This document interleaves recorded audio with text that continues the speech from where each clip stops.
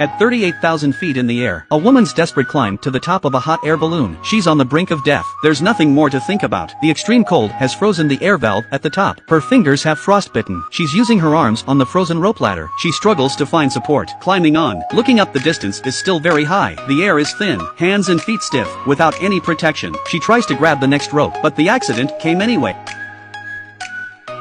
Frozen thighs instinctively hooked onto the twine. Her oxygen-starved brain couldn't take it anymore. She was left dangling in a coma. And just moments before, it was only a few dozen meters up in the air. She had thrown a puppy down.